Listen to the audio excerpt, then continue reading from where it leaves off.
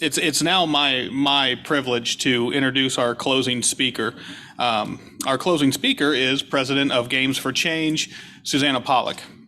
Susanna is a cross-sector leader with over 25 years of experience advancing ambitious social impact goals through traditional and interactive media.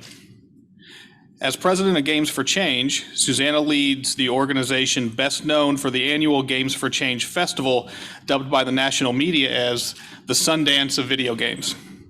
Under Susanna's leadership, Games for Change has significantly expanded its program and impact. The Games for Change Student Challenge, the flagship learning program that she developed with the New York City Department of Education in 2013, has grown to reach 10,000 students each year across 7 partner cities. In 2017, she launched the XR for Change initiative to build a community of practice around radical new ways to improve lives using emerging immersive technologies. Susanna has initiated dozens of other Games for Change programs in partnership with clients like American Express, Verizon, AARP, United Nations, Epic Games, Autodesk, and the Ad Council. As an executive producer, she spearheads Games for Change's impact media projects, connecting award-winning creators with mission-oriented organizations. Again, it's my privilege to introduce Susanna Pollack. Thank you, Chris, and thank you everyone at Purdue University for joining everyone this day. Oh, so good to see the people in the audience. Hello for those of you in real life. Hello to everybody online who's joining us today. So I am Susanna Pollack, and as Chris mentioned, I'm president of Games for Change. I have a presentation that I'm going to share with you, which I'll bounce back and forth from to help illustrate some of the work we do and hopefully offer some thought-provoking ideas that you can leave the day with. So I'm going to start right here now. So here we go. So Games for Change is actually an international organization now with chapters all over the world. We are so pleased to see that there are people pretty much on every continent, whether they're game developers or they're social innovators that are using games to drive real world change. And that is at the heart of our mission. We are here really to elevate this field and as a sector builder to bring the creators, whether you're developers or you're XR creators or designers or other kind of interactive media developers and artists, to bring you together with social innovators to use games and immersive media basically to make the world a better place. Our community is a really diverse one that spans the games industry, the XR industry, technology, government agencies, education and healthcare. And it's really exciting to see these different verticals looking at games and immersive tech as ways in which they can further their areas of practice. We do this through 3 main areas of work. Chris mentioned our annual Games for Change Festival, which I'll talk a little bit more in a few minutes, where we bring together these all these different stakeholders and help elevate and tell stories and best practices about the great work that's happening out there. We also hold our annual Games for Change Awards during that event. We also work with young people and educators to bring games, game-like learning, game design into the classroom and into informal learning settings. And then we also consult. We consult with NGOs and foundations, government agencies, and brands to figure out how this powerful medium can be used for social good. So a little bit about the Games for Change Festival, because it's coming up very soon. And I went on a very exciting site visit today.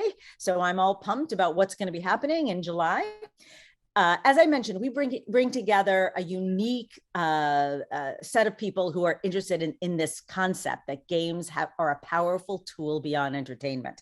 And it's a very unusual event where you might be sitting next to someone who's the franchise historian for Assassin's Creed, or you might be sitting somebody from the United Nations working on the he for she movement to support gender identity, right? It's a powerful collection of individuals who have a like mind and an interest in this powerful medium, and I certainly encourage everyone to join. It will be in July, this upcoming summer. It will start with workshops that we're going to offer for people who want to dive in a little deeper into some of the subject areas that we're going to provide, as well as a brain jam. So if we have any aspiring VR developers or anyone who's been working in that space, or if you're a social scientist interested in research, we bring together developers and scientists and researchers together to see how they can use this new form of technology to further the areas of practice on the research side. And then the core Games for Change Festival will be in person for 2 days and will continue virtually for 2 days for those who cannot come to New York City. You'll see here that we program our festival around 3 main, or actually now 4 main areas, which represents the different kind of sectors that we see emerging within this broader Games for Change field. Games for learning, how games are being used in K-12, how they're used in informal education, how they're used in lifelong learning and professional development. Health and wellness is a newer sector that we've been helping support. And this is based around a lot of research that's gone into how games can be used in cognitive therapy, used for rehabilitation in medical sectors, as well as how games can be used to help improve our genuine physical and mental wellness. And then really at the heart of Games for Change is how games can be used to raise awareness around critical social and civic issues. And then, as was mentioned earlier, we launched XR for Change about 5 years ago, where we're helping to build a community of practice with VR and AR and MR developers and all the different ways that this new technology can be applied in different fields. We have exhibition areas, arcades, we have our annual awards program, and lots of networking opportunities as we are excited to bring people together for the first time in 3 years. One of the things is, again, as I said, unique about our community are the type of people that come and that speak. You'll see here, in addition to great industry partners like John Hankey at Niantic, Leo Alebe, who's now Google Play, and even Rick Fox from High Def. But you also see government representatives. Al Gore spoke at our festival about 7 years ago, and Sandra Day O'Connor spoke at our event when she retired from the Supreme Court as a Supreme Court justice. She, as some of you may know, launched a video game company, a not-for-profit called iCivics, that now offers over 20, I think there are over 24 games about civic education that's being used in middle and high schools around the country. I mentioned our awards program. Different than other kind of industry awards, we want to acknowledge games that are being made not only from an innovative standpoint or best storytelling standpoint, but also the way that games are being used in the certain verticals. So we recognize the best health game and the best learning game, as well as even like a popular segment. We do have a People's Choice Award, so people can vote on their best games. And in some ways, this is one of the few areas where we can help independent developers help their games get recognized. As we all know how difficult it is for discoverability for any game designer, and for the impact game sector, it can be even that much more of a challenge. Another thing that we do is executive produce and consult on projects. And I want to highlight 2 recent projects that we launched this year. And I want to bring these to your attention because I think they're exemplary in showing how games and XR can be used with even the most traditional and I'll say long-standing kind of organizations and issues, and be refreshed and brought to a new audience. So in this case, the Nobel Peace Center came to us. And the Nobel Peace Center is the physical museum in Oslo that celebrates the values of the Nobel Peace Prize and of Alfred Nobel himself and the laureates that the prize has been awarded to over the last 75 years or so.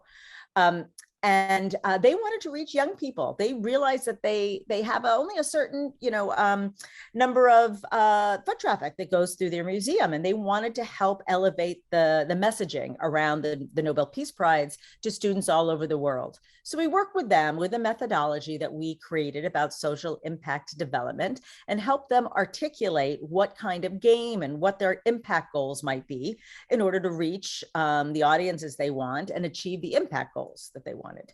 And after working with them for several weeks, we realized that there was a lot of alignment in their goals with what Minecraft Education Edition is looking to do. So we developed a partnership with Minecraft EDU to develop Active Citizen, which is a series of 4 games that can be played in schools around the world, where young people are introduced to 4 different laureates, including Malala and Wangari Maathai and the Dalai Lama. And they're able to do certain challenges that illustrate the skills and the actions that these individuals made that help them achieve the incredible, change and peace that they've been able to achieve. And what we wanted to emphasize here is that these are human beings. These are people, yes, with dreams and skill sets, but they just applied themselves. And we want to encourage young people around the world that they too can be an active citizen. So in addition to the game itself that was developed, we created curriculum that can be used by educators to onboard students into the experience, and then offer activity and lesson plans that the teachers can walk kids through after the experience. And I'm pleased to say that the game that while it just launched a month ago has already reached 250,000 students around the world. And we have a goal to reach 5 million by the end of the year. So if anyone has access to Minecraft Education Edition, I do encourage you to check it out. And you can go even look at the information on the Nobel Peace Center website. Next is a very different project. This is our first time executive producing a VR project.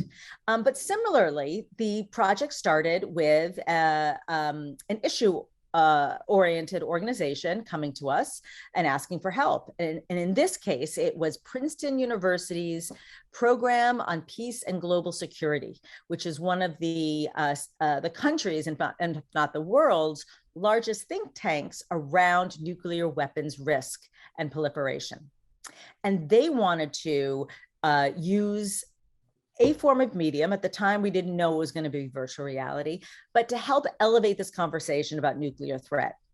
Now, imagine this. We started this project 4 years ago, very different time, politically and geopolitically than we are today. But it was at a time when nuclear weapons were not something that was top of mind.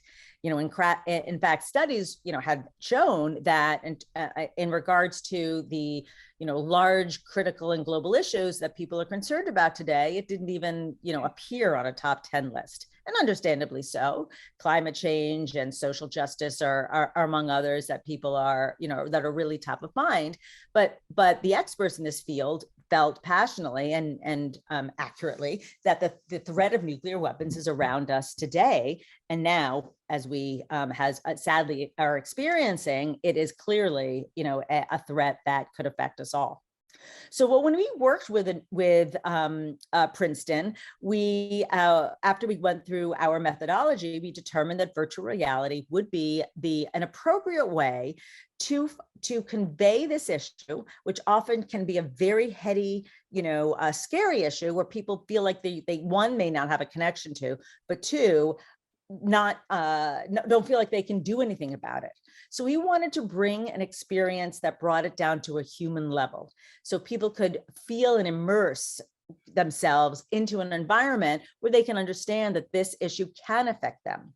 So we ultimately chose a story that happened, a real world story that happened 4 years ago in Hawaii, where there was an alert that went out to every single person on the islands that said that there was a ballistic attack coming towards the island, and this wasn't a false alarm. Please take cover. And if you can imagine, what a horrific and emotional and scary time that was for the people who lived in Hawaii or visiting Hawaii, for that matter. And it wasn't until 40 minutes later that people got a second alert that said, actually, sorry, but not sorry. I mean, this was a false alarm. Everything is okay. So we went to Hawaii and took recordings of people who lived through that experience, parents, nurses, doctors, people, working on the street and construction, all over the island, to understand and hear from what they went through.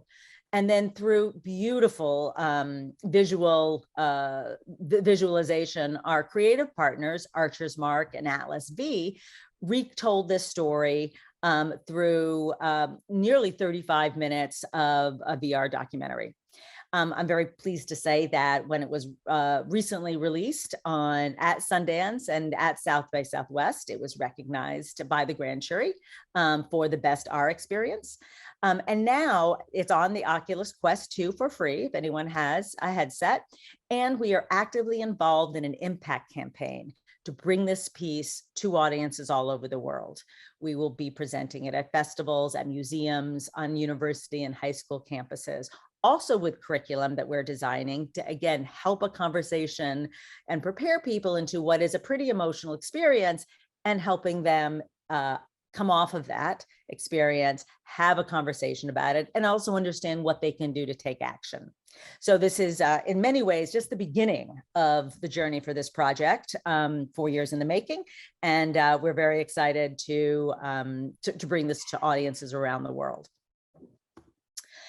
I'd like to pause now and take a step back, though. And I know you've had many wonderful conversations today about games, how games can make a difference.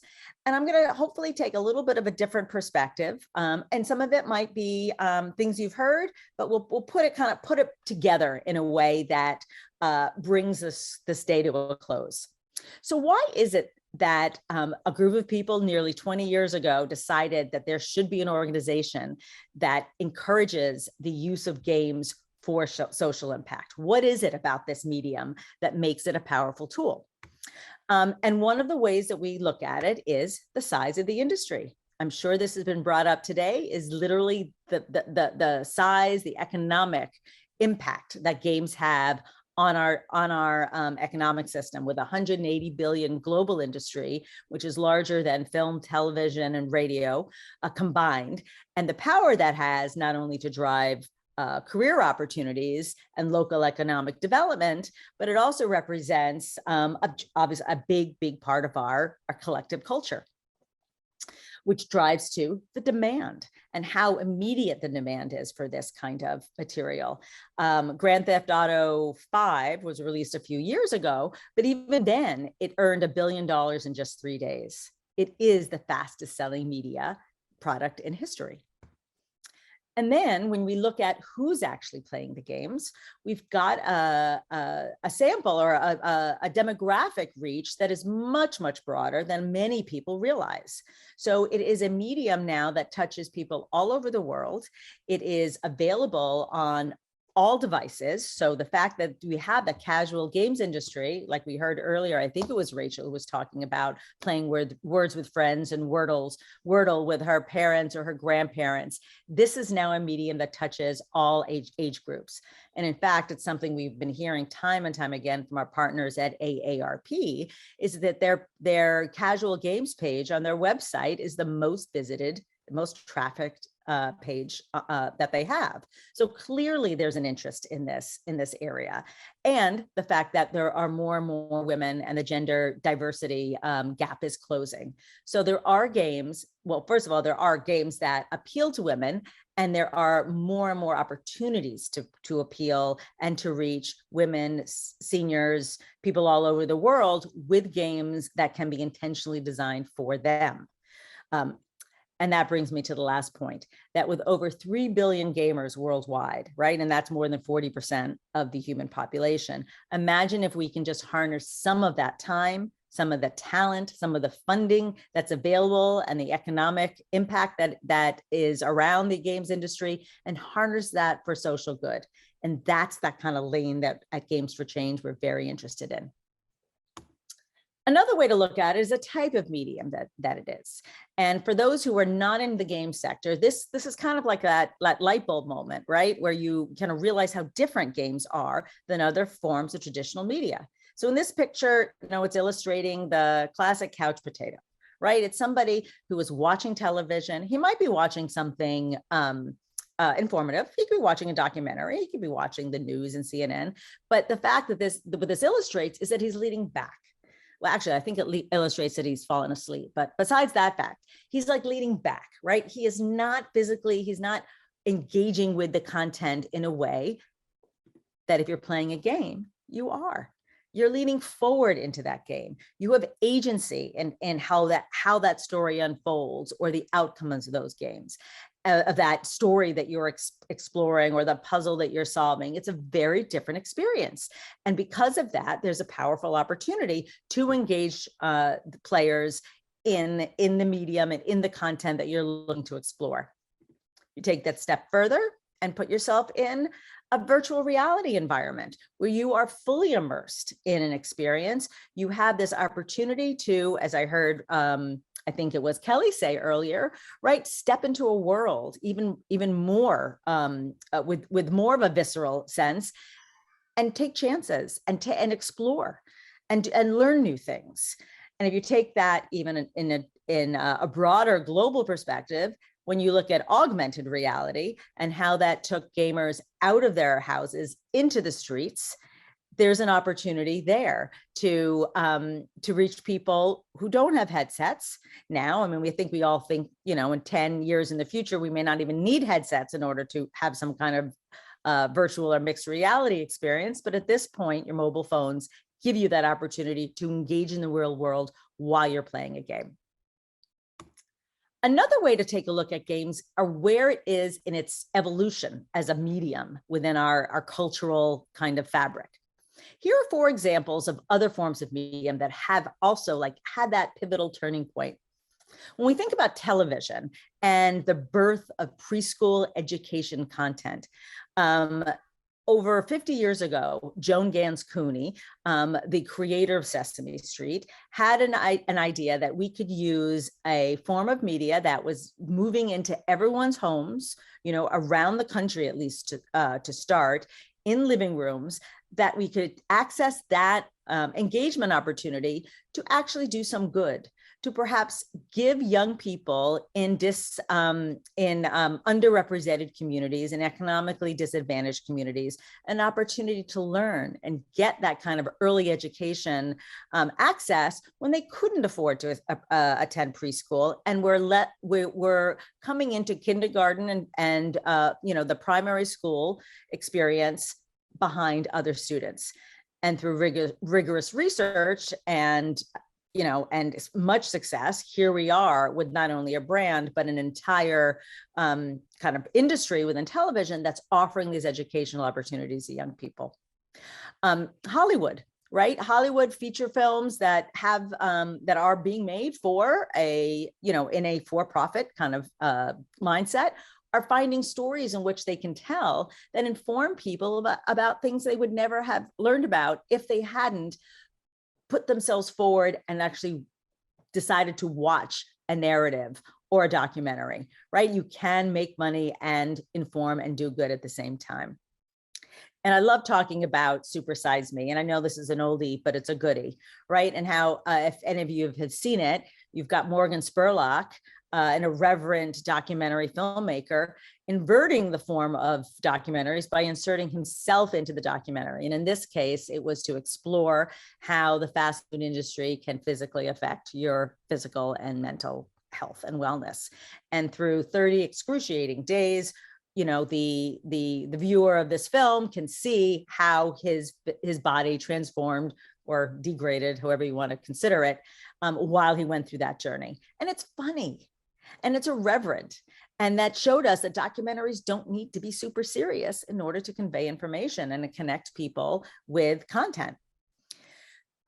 And then my final example is Mouse by Art Spiegelman. I mean, this iconic graphic novel, was the first of its kind, where previously, this form of media, of narrative, of visual storytelling in a book form was really left to comics, right? Marvel and superheroes, even before that, Westerns. And he so artfully put a story together that was a very, very difficult story to tell through these visual characters and storyline that took a more traditional form.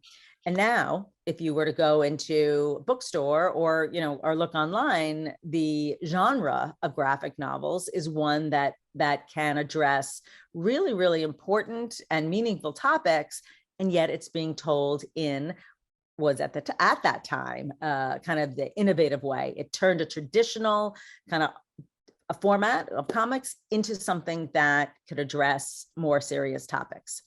And at Games for Change, we believe that this is the moment now, or we've been pushing for this moment, where games can also be applied in that same way.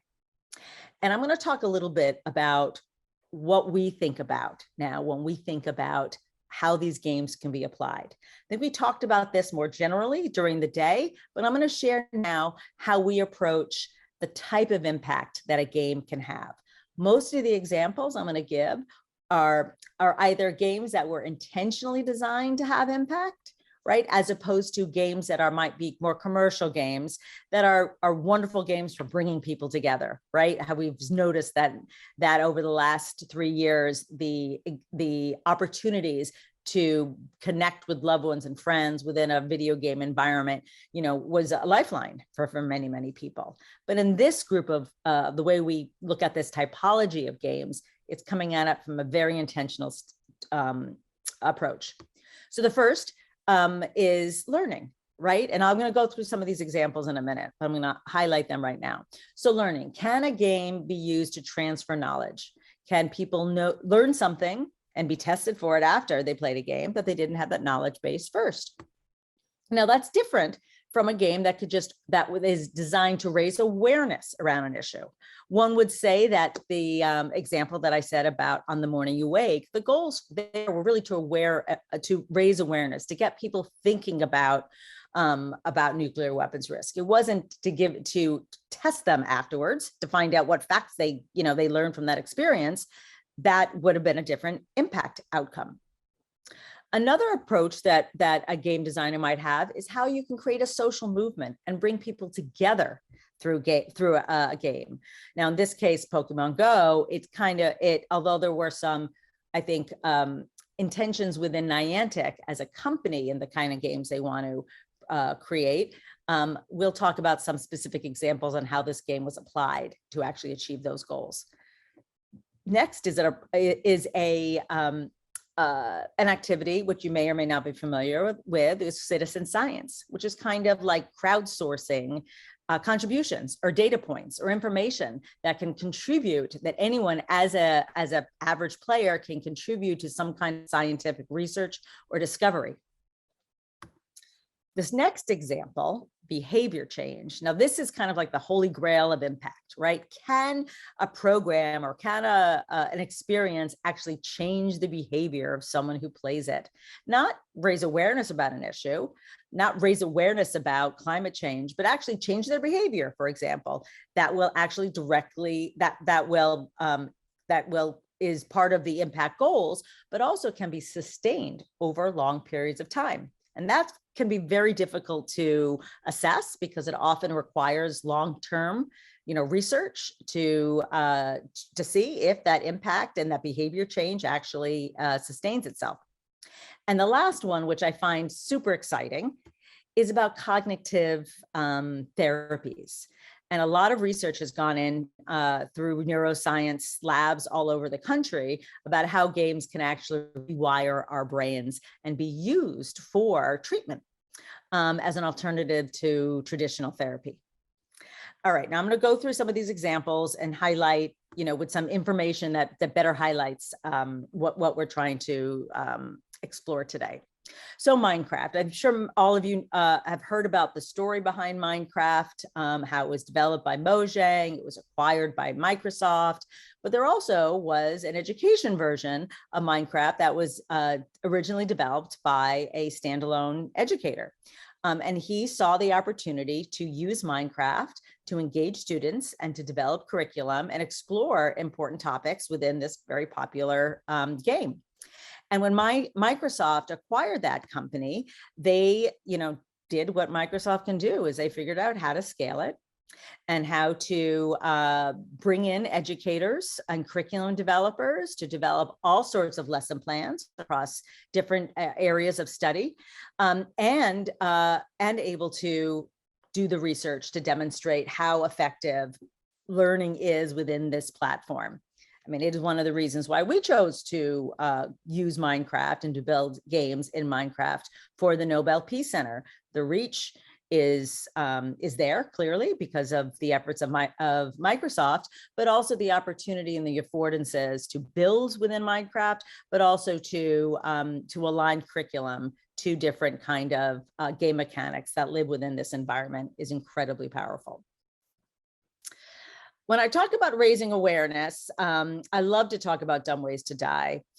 This is it was actually a campaign that was started about 5 years ago. It started off with a very catchy and silly song that I'm sure many of you have heard and couldn't get out of your head for a long time, but it also was a series of games. Mobile games that could be played on the iPad or mobile phones at the time. And also equally silly, using these, adorable characters, these ridiculous situations about, ways in which you should avoid, how you can avoid dying, like don't put your fork in the socket, don't mug a grizzly bear, don't swim with piranhas. I mean, just really lighthearted, silly things.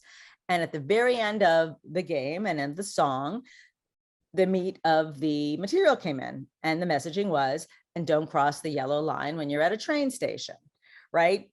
Beware of closing doors. And it was actually a campaign by the Melbourne Metropolitan Transportation Authority made to raise awareness around train safety. And I love talking about this example because I want to make sure that people understand that an impact game does not need to be serious. I think it has to have integrity in terms of the content that you're looking to provide. You need to have the subject matter expertise involved in the project, but the delivery of it needs to be engaging. And in many times that means it could be lighthearted. Right. So games, and that's one of the reasons we don't use the term serious games within our organization, because games don't need to be serious in order to be effective and have the impact that you hope it can have. So Pokemon Go, I've had kids who, completely change talk about behavior change their patterns in our household, asked if they could actually walk the dog so they can go hatch their eggs, to get out of the house. And I think parents and players all around the world, had just a blast going into the streets to go and explore and play this game. And Niantic had an opportunity to actually work with the foundation, the Knight Foundation, to do some activations and some research on how games like Pokemon Go could go into public spaces and activate communities and stimulate local economies and participate in campaigns around Earth Day and things like that through the communal love of this game. And I just love that example. And I said earlier that it wasn't intentionally made to, it wasn't a game that was made to help, with climate change, or a game that was helped to stimulate local economies. But it was made by Niantic with the interest to get people outside and be involved, in their environment around them, to have a healthier lifestyle. And that was in the DNA, and it is in the DNA of Niantic, and that kind of commitment and the game mechanics and the gameplay that was designed in this experience lends itself really well to this kind of impact goal. So I talked about citizen science and the idea that an average player can contribute to significant research, right? And this project called Sea Hero Quest, it started in Europe a few years ago, and it was a game that was about spatial navigating. The game itself didn't have anything specifically to do with the field of research it was contributing to, but the ways in which players engaged with it provided data points that could be used in a lab environment and in a research facility. And what was so exciting about this is that the amount of players and the time that the activities that was recorded in their gameplay accelerated the data points that the lab-based researchers can use than if it was actually, if they were actually doing research in a lab with a different format. And that is really exciting. And I really look forward to more developers or more research scientists using this kind of platform and the engagement opportunity to collect the kind of data points they're looking for. And you can see here with these stats, you know, how significant that contribution was. So behavior trading, it's really not behavior trading, it's behavior change. I think that was actually a typo on this slide. So there's an organization in California called Hope Lab. And they developed this game called Remission that was originally designed to help young cancer patients with adherence, which is the commitment to take a medicinal treatment after chemotherapy. And they created this third-person shooter game that gave young people the opportunity to feel as if they had control over their bodies and understand that their contributions and their taking care of themselves could have a positive effect.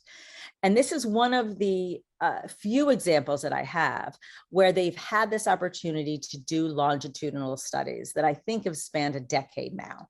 It's really remarkable. They've been able to iterate on the game. I think there's Remission 2 that was launched a few years ago. And they are demonstrating that there is psychological and behavioral outcomes that benefited the self-efficacy of young people to adhere to the oral chemotherapy regimens. And it is tied to the neurological changes that happen within this game. And that is what is driving to, I think, a significant amount of research and development in this area of cognitive therapy, or digital therapies, as a term that's widely being used now. But this game, called Endeavor RX, is the very first video game that received FDA approval as a prescription treatment for children with ADHD.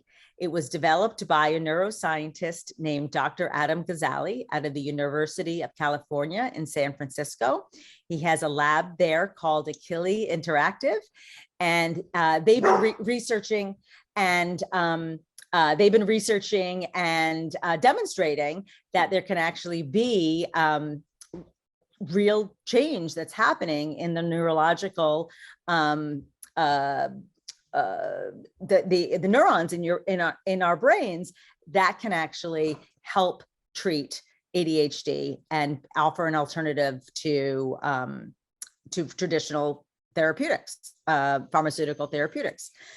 So we are seeing now an opportunity for non-prescription, or I'll say non-pharmaceutical prescriptions to treat illnesses like this.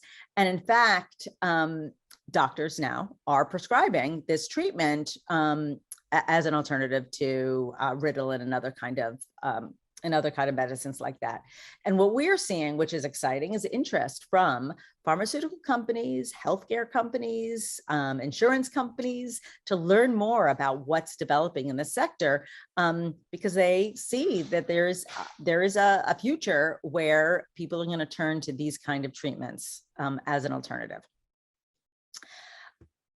I'm going to now talk a little about some of those commercial games that I believe, and we believe at Games for Change, have and can have significant impact.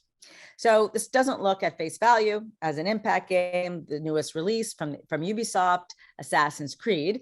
But as many of you who played the game or have kids who played the game, there are so many there's so much incredible effort put into the historical relevance and accuracy of the different time periods that are told within these different games, that there have been educators for over a decade that have been trying to mod this game to figure out how to bring it into the classroom, because educators are looking to go where their kids are, right, to meet students or where they are to help with engagement. And about 4 years ago, the Assassin's Creed team started creating educational versions of this game because, as you can imagine, it is a big challenge for educators to bring this game into their classroom. And so now there's a version called Discovery Tour, which is available to educators that are being used, that uses all the gorgeous assets that have been built for this game, along with a kind of open world museum type experience that can teachers can use as an entry point into having conversations, right, about these time periods. Another example that I like to use is Minecraft, and a partnership that Minecraft has with UN Habitat. They've been working with different impact organizations around the world to engage with local citizens around different, I will say, different initiatives that will improve local environments, and using the Minecraft platform to create alternative solutions to creating refugees camps, to improving a park in this situation, which is exactly what you see here, where the Block by Block partnership brought in citizens of of Haiti, to imagine what improvements of a local park could look like. And that then informed some of the developers and made it an experience where the community was involved, which was really important to growing and encouraging more community involvement. Some of you may have played this game before, Plague Inc. It also has been around for a while, but over the last 3 years, it became kind of more top of mind. When Plague Inc. came out, it was built with a lot of scientific underpinnings, but ultimately, it was a game about how you can conquer the world by being a virus, right? That was the nature of the game. It became so relevant and accurate that countries like China, I don't know if you heard the story, took the game down, and people in the country could not play it.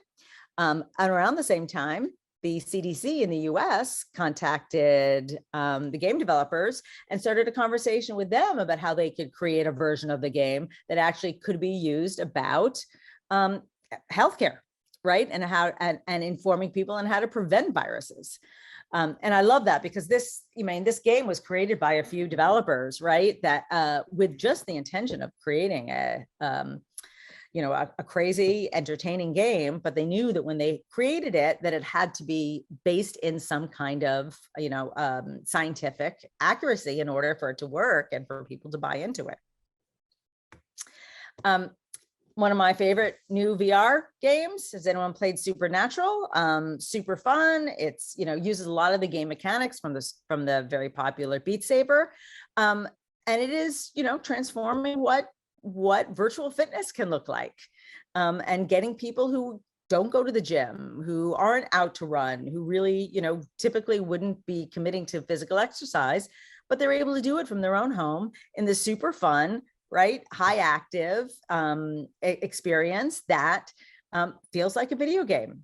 And this is also kind of spawning a whole new culture of virtual exercise.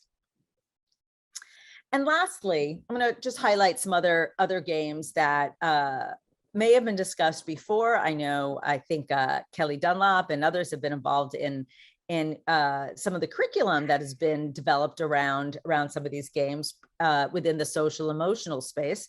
But here are some beautiful independent games, and then Animal Crossing at the bottom, that again were created by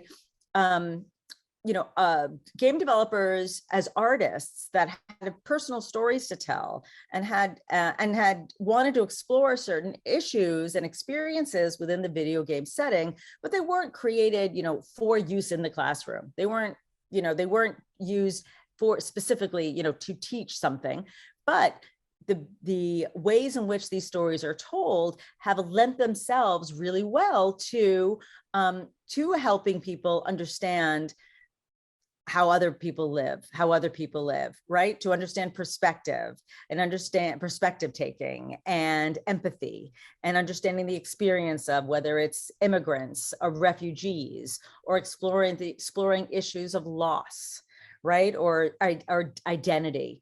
And they are incredibly impactful and do fall within our broader Games for Change kind of I will say, definition and games that we want to help support and bring to the world. And Animal Crossing, I put it at the end because I know many people have been on Animal Crossing over the last couple of years and used it to connect and play with others. But it also is been used in kind of a political environment too, where people identifying themselves with certain candidates, making statements, holding demonstrations and walks and marches in that environment. And that has a lot of power too. Games as a social space that can be applied for social good and building awareness and organizing people around important social issues. So I wanted to bring that up as well. So I hope some of these things that I've talked about today helps frame what can be achieved with games. There is this incredible opportunity with a form of media now that has outgrown other traditional forms of media. It is ubiquitous. It is pervasive across our society from a geopolitical standpoint, from a demographic standpoint, and has this opportunity to reach billions of people around the world. It has a unique affordances of having an active experience for the player that connects material, whether it's on a 2D experience or an immersive environment. And it can be applied in all these different ways, whether it's a casual game that's to bring people together, or it's intentionally designed to have an impact outcome. And I challenge you, all of you who are listening today, to think about how you can participate in this ecosystem and create games that can have a positive impact on this world. So thank you very much. And I hope you enjoy the rest of your afternoon.